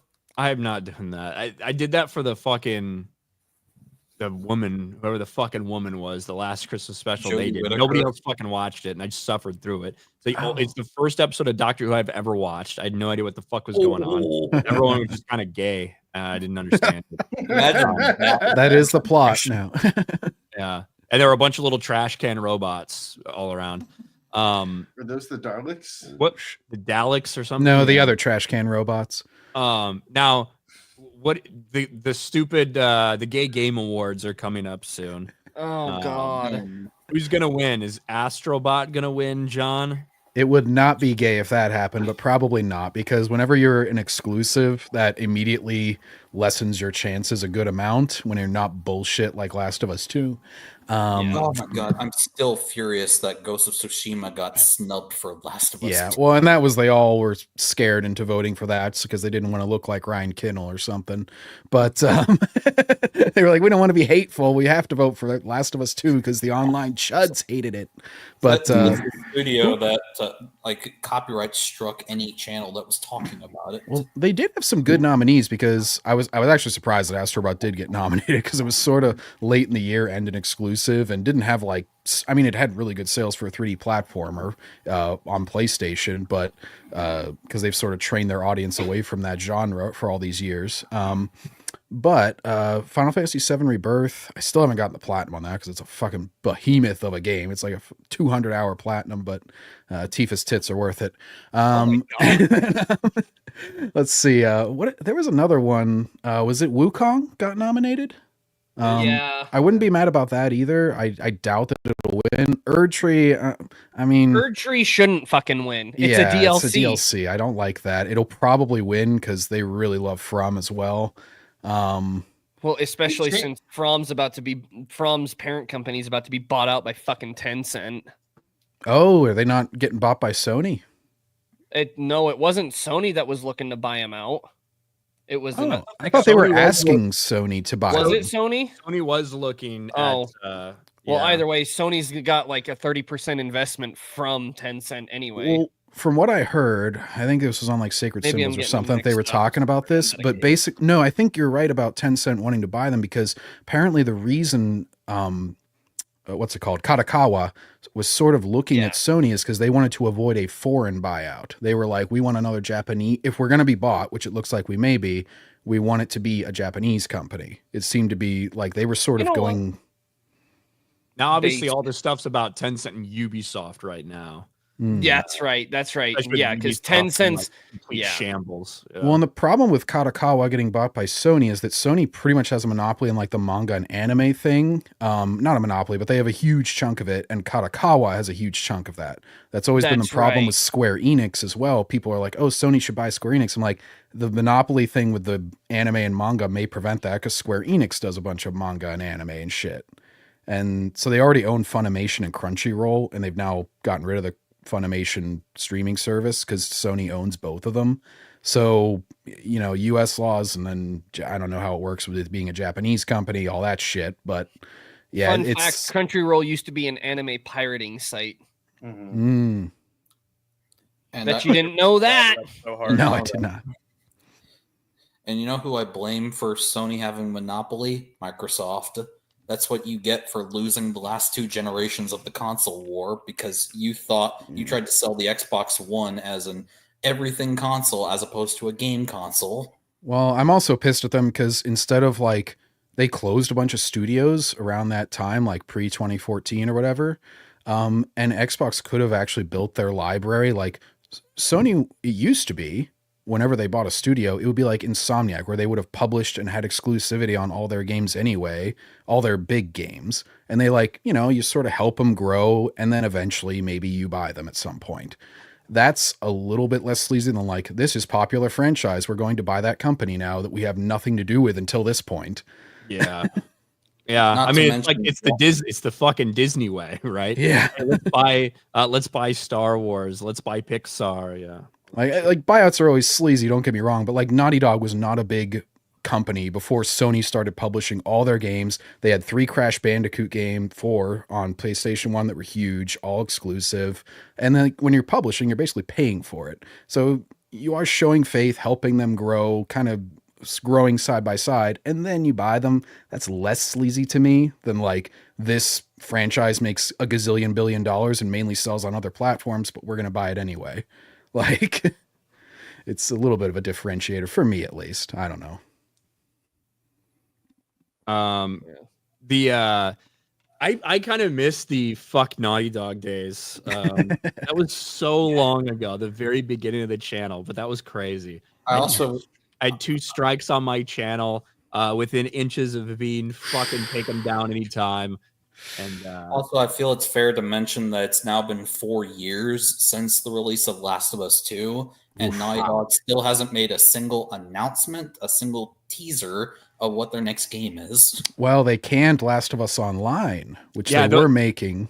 Yeah. Yeah, they Yes, promised the that they were gonna multiplayer bring that they in were going to multiplayer. do, that they were supposedly focusing on, and Neil Druckmann promised big announcements because a year after Last of Us 2 release, nobody had heard anything about it, and he made some big promises that I promise you're going to hear soon. Well, they fucking shit canned that entire thing. Mhm. And Sony needs to get away from that style of game because it's like back when Naughty Dog was making Jak and Dexter, they were pumping them out like every year or two. And I realize all game development has gotten longer, even for like Nintendo, who's mostly avoided it by being kind of a generation behind tech wise and not having to make super high fidelity cinematic shit.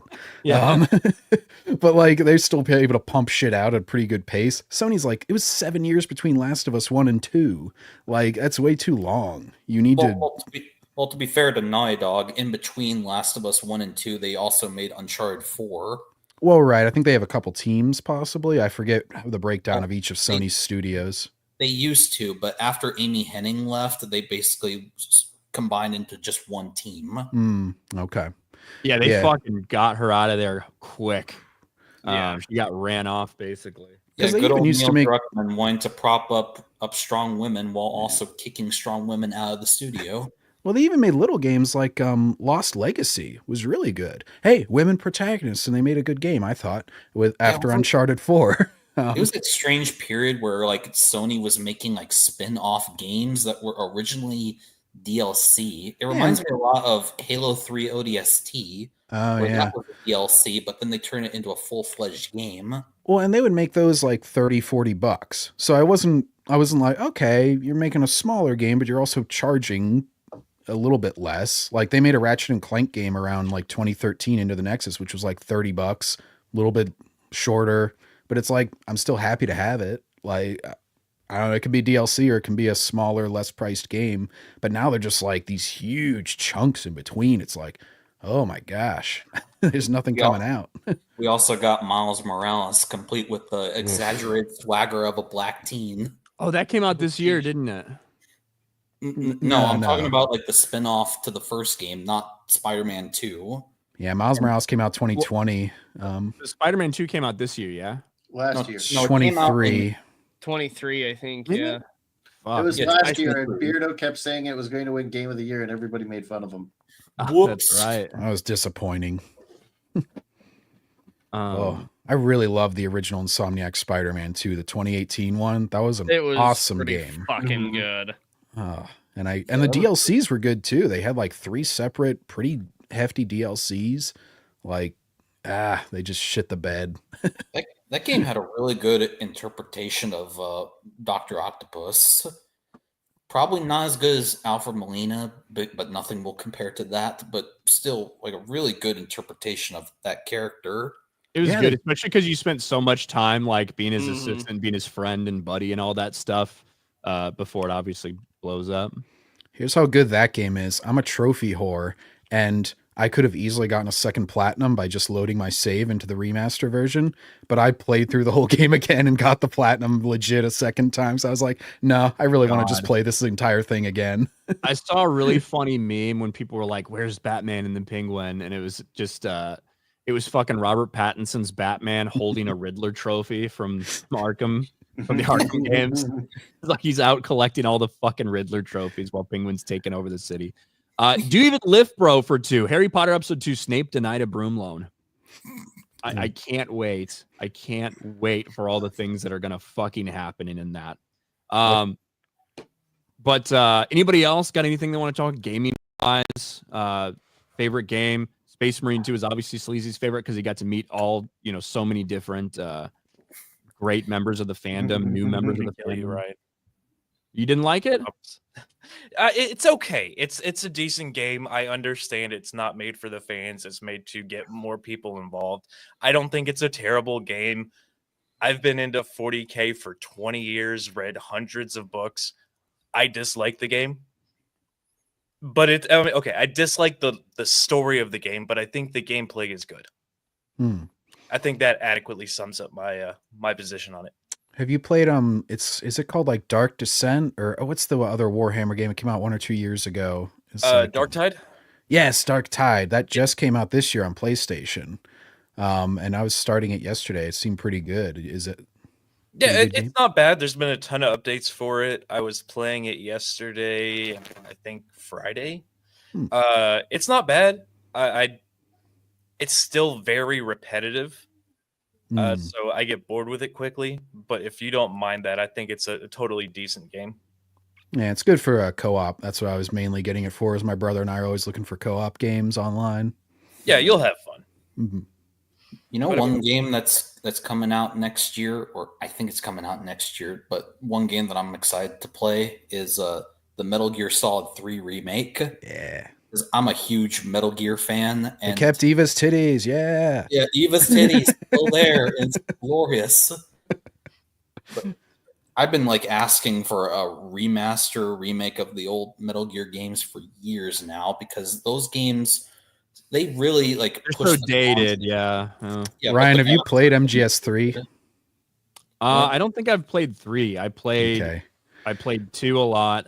That's There's the one a- I played the most of. As far as your the cultural sort of stuff, it is funny because and I think they kept this in the remaster, but during the cutscenes you can always, like, the little symbol will appear to, like, press L1 and you can look through Snake's eyes. And Yeah. so some of the cutscenes he'll just be staring at Eva's tits because she's showing her cleavage, and you'll press the L1 and it's just like just the picture. It's just like in his vision. And I'm just Hey, like, they would John. never put this in now. Kojima was an absolute perv. Oh, John, you remember that scene in the first Metal Gear where you're chasing after Meryl, who's disguised as a soldier, and if you manage to like find her fast enough, you can catch her like in her underwear. I just remember the cartoon making fun of that part. It was Metal Gear Awesome. It's like a little flash cartoon, and he's like, I need to find Meryl by looking at her ass. And he keeps looking at all these terrible asses. He's like, this would be a lot more fun without the whole not Meryl's ass thing. You have a great butt. I still love. That comes out next year. Yeah, it comes out next year, I think. Oh, there you go. I'm looking forward to Assassin's Creed Shadows because it's going to be the most fun thing that gets released. Bro, in terms of all. you're just gonna make money. Shut the fuck up. Yeah, exactly. That's why I'm excited for it to come out. But yeah, Yasuke, that'll be glorious to witness. Black History Month and everything. Wow. Captain Valentine's Day. Or Brave New World Order coming out around the same time. Yeah, it's going to be Captain America or Black Captain America, Brave New World, and Assassin's Creed Shadows dropping, I think, on the same weekend. Until Trump signs the executive order to get rid of Black History Month. Put us all in concentration We cannot camp. discriminate. We are not going to release these movies. We're going to cancel Marvel. Get rid of it. Marvel, fucking they're not insane. very nice.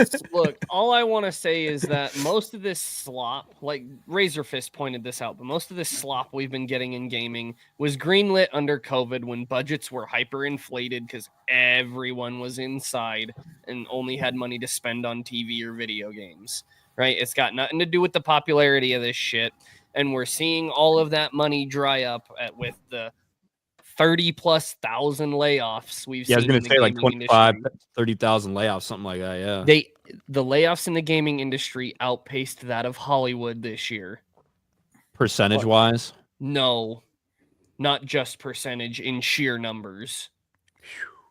Like, that's how bad it's Ouch. gotten. Well So just- deserved.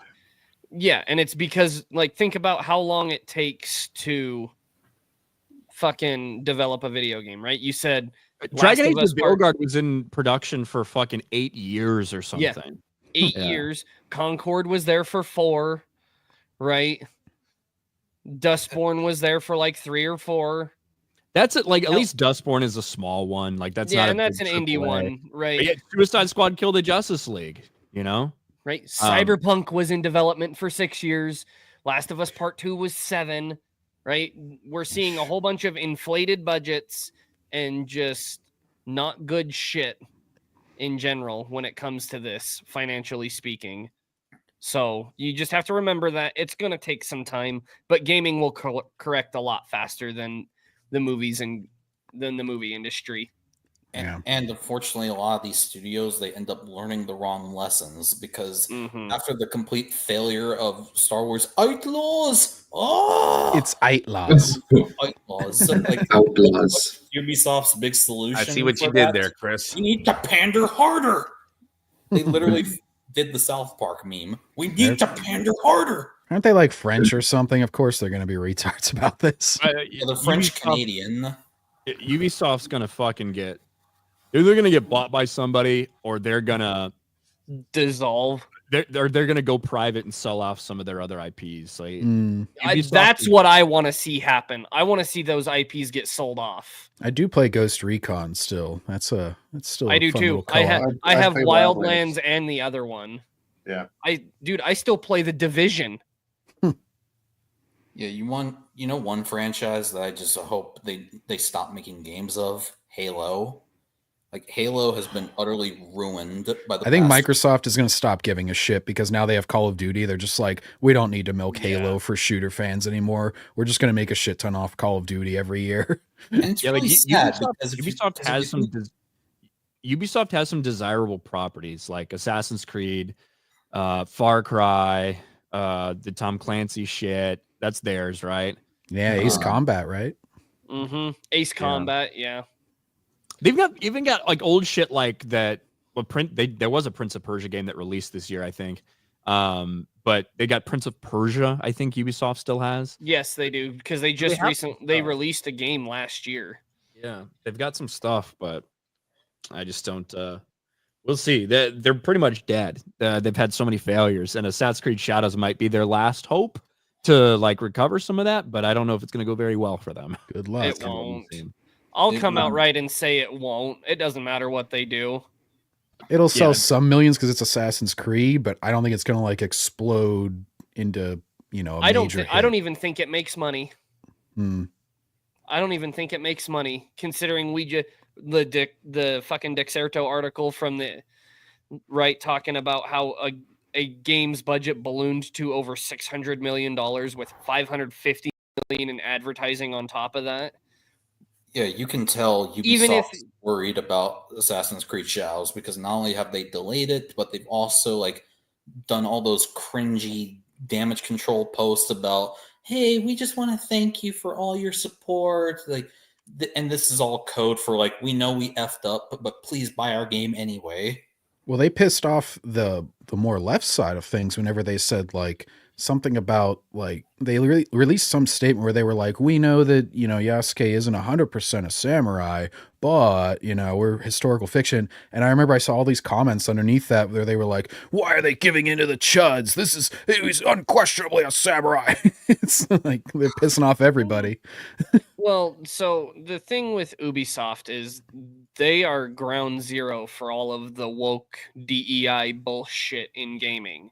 Like if you trace all the connections back from all these different companies that have worked with consulting agencies like Sweet Baby Inc. or whatever, everyone involved, there's at every single one of these places that are involved in this shit, someone there worked for Ubisoft in the early 2010s. Does Raven Software still make games? Because they had some of the best games, right? They had the Marvel Ultimate Alliance games, the X-Men Legends, the Jedi Academy. The original Rainbow Six was them, I believe. Call of Duty, right? But did they do any other games or no? Was who? Raven? Yeah. No, Raven mainly works on Call of Duty right now for like Warzone balancing purposes. Yeah, Raven Software. Yeah. It's a shame because they made a lot of good stuff back in the day. Yeah, wasn't the Revenge of the Sith video game technically made by Ubisoft?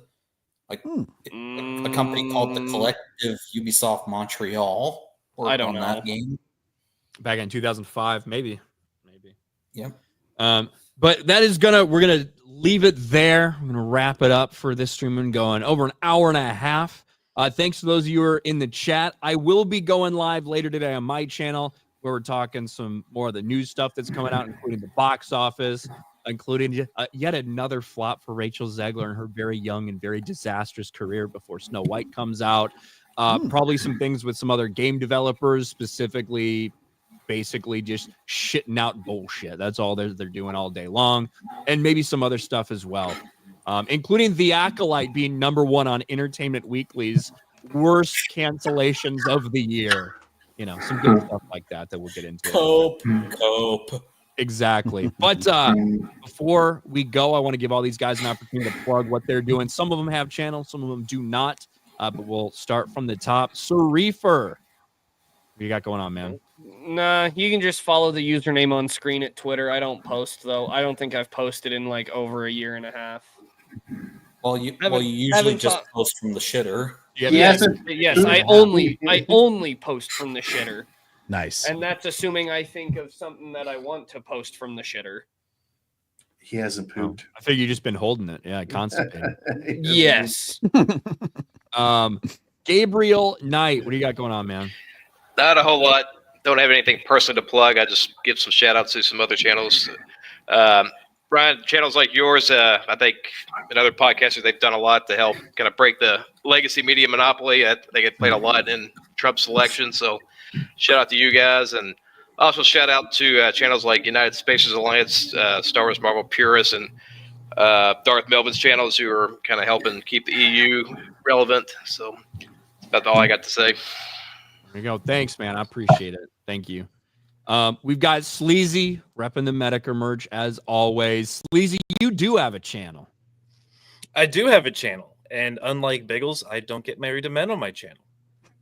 Yeah, actually, I didn't get married to him on the stream. Okay, it wasn't on stream. You realize that doesn't make it any less gay, right? Yeah, that doesn't make it any better. Hey, and it wasn't marriage. It was give the ring to who you trust the most. And the other character literally makes fun of you because you couldn't get a woman. It's funny. Embarrassing. It's funny. Anyway, I have Please clap.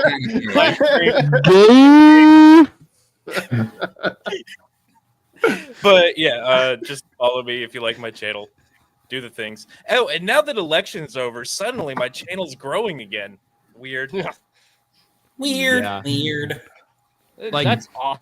That's odd. You should be included in the people that are exempt. The thing with that is I think it's like multiple parts. I think there is some stuff obviously goes on behind the scenes, deboosting certain topics or whatever. But also people get so obviously into and obsessed with election coverage because it becomes so important that people aren't interested in the other shit. Yeah, no, I knew it was going to happen. I didn't make as many videos. I was fully expecting that. So it's just like, as soon as election's over, it'll pick right back up, and it did. 100%. Well, thanks for being here, Sleazy. We got Grandmaster Chris. What do you got going on, man? I don't know. I've been wanting to make videos, but I've been so busy lately with work and the holidays. I've been trying to. I don't know. Don't want to promise anything I can't keep. But what I am doing outside of YouTube is I have been like doing what Purist is doing and trying to keep the EU alive. I'm currently on chapter 19 of Courtship of Princess Leia. And then after that, I'm going to start reading the Revenge of the Sith novelization. I want to start reading again the Harry Potter books, but I'm going to wait because apparently, isn't it true that they're making like a radio drama version of those on Audible?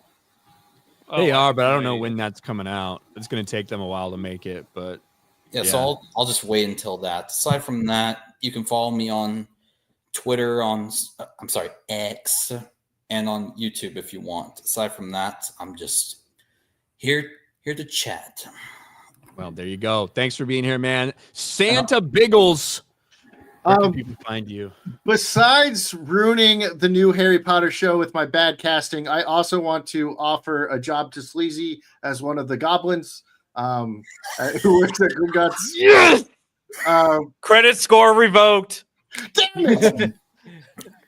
I kid you not. I'm not sure if I told you guys this story or not, but right outside my my neighborhood, there's a sign that says Israel is an apartheid state. Oh, good God. I don't think you guys understand what apartheid is. Like you live in we can explain after the stream. Yeah. All right. So next Monday, not the one coming up tomorrow, but next Monday, you see this book. There is a green one coming out, and I will be talking to Jay Drunk 3PO on my channel and we'll be talking about that. And then you can also see me playing video games on that channel a lot.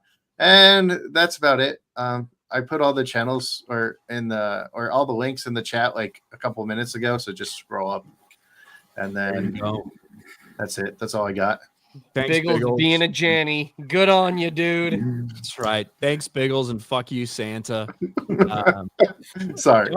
Merry Christmas, not Happy Holidays. 10 points from North Pole House. Ghostface, what do you got going on, man?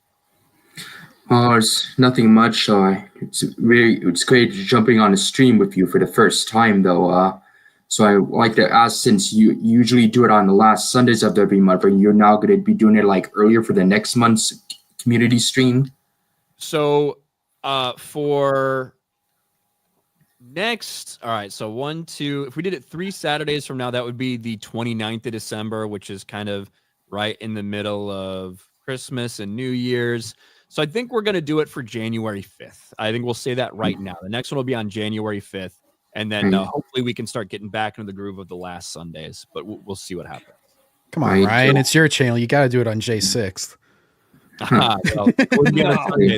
You do that shit on Monday, I'm not showing up, dude. I work a 9 to 5. Fuck you. Exactly. Yeah. I work 7 to 6. Nice having you on, Darth Ghostface. Thanks for coming. Okay, one more thing. I would like to ask you, speaking of community streams, since you know of the Knights of Melvin, he does his own community streams on the last Saturday of every month. And I think I heard that you are a joint member of his channel. So I was wondering if there's any time you would ever have the time to join his community streams. Saturdays are not great for me, but maybe you never know someday. Darth Ghostface. Saturdays are my like day where I try to take care of everything else right now. So it's tough for me to join streams on those days. But well, that's a shame, because I'd love to see Knights of Melvin and RK Outpost crossover stream. That needs to happen one day. That'd be cool. Thank you, Darth Ghostface. Appreciate it, man. Star Wars Marvel purist. What do you got going on? I got lots. Well, kind of going to temper down because of the holidays and stuff too. We just finished our Vector Prime last night. Stream with Darth Paws, OG Star Wars, and Star Wars Scran. That was awesome. Had a great time. Added some background music the whole time. OG Star Wars stuff, and then we added some visual slides and stuff like that. Next week, I'm going to be covering Craven's Last Hunt, because they're going to be dropping that dog shit Sony Craven movie. We'll assume it's dog shit. It's not going to have Spider-Man in it, so we're going to do the story that kind of inspired that, or the Spider-Man 2 game that they used to kind of shoehorn in Miles Morales. Besides that, I'm just doing streams on Monday nights, usually around, I try for 8, but end up usually doing 9 p.m. just because of work. And then besides that, usually on United Spacers Alliance streams on Friday nights, Melvin's community streams like Ghostface is talking about, and then sometimes I pop up on Grizzy streams to make fun of some Disney shills. So yeah, we're doing big things. We're having a lot of fun. I'm almost at 800 subs, so hoping for full monetization here in the next couple of months. So it's been great. I got like the audience members definitely like what we're doing. So we just got to expand that audience out. So appreciate you having me on here, man. And you have a good Christmas. Hey, you too, man. Thank you. Go check out his channel. And last but not least, John Getz. Oh, yeah, it's just my name and then gaming is the channel name, and I've been doing a lot of stuff other than gaming lately. If I get inspired to do a Skeleton Crew review, maybe. If it just stays boring, probably not. I'll be perfectly honest. I was going to make one just to piss off people and put Neil with red eyes in the thumbnail, but been doing some inspired by Purist and by Mr. Kinel up there. I've been doing a couple EU books. So I start off with New Jedi Order, which kind of leaping in, but did Vector Prime and then Onslaught so far as reviews go, and reading those. Got my old man notes that I took while reading, all these little sheets to prove that I don't have ghostwriters like some Star Wars channels. So yeah, I've been doing that, and then obviously gaming. Yeah, I didn't say any names, but yeah, and obviously, as the name would suggest, lots of gaming. Been doing a lot of Arkham Origins lately because that game's set around Christmas. There's not a lot of Christmassy games, but Harry Potter, those are always kind of associated with Christmas. Mafia's got some snowy chapters, so those are coming up.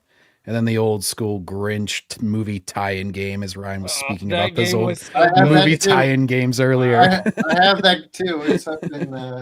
Oh, and Die Hard, because that's a Christmas game I count as. It's So. obvious. It's the Yeah. best. It wouldn't Die happen Hard, the unless it best was Christmas movie. Oh, and before it comes out, I did get Edgy the Hedgy, Shadow the Hedgehog with his gun. I picked that up at a con, and I'm going to be playing it before the movie comes out. Let me know what it feels like to shoot a child. Well, I can tell you right. Oh, wait. No, I shouldn't say that. Jesus. Well, on that happy note, thank you to everybody on the panel for being here. I will be going live probably around 5:30 or 6-ish on my channel for the third stream of the day. But I appreciate all these guys hanging out with me. Thanks to Biggles for modding, not for being Santa Claus. Fuck Santa Claus. And for putting all the links in chat. And we will talk to all of you guys 4 weeks from now, in the beginning of January. We'll talk to you later. Bye. Merry Take Christmas. care. Bye, everyone. Take care. Take care.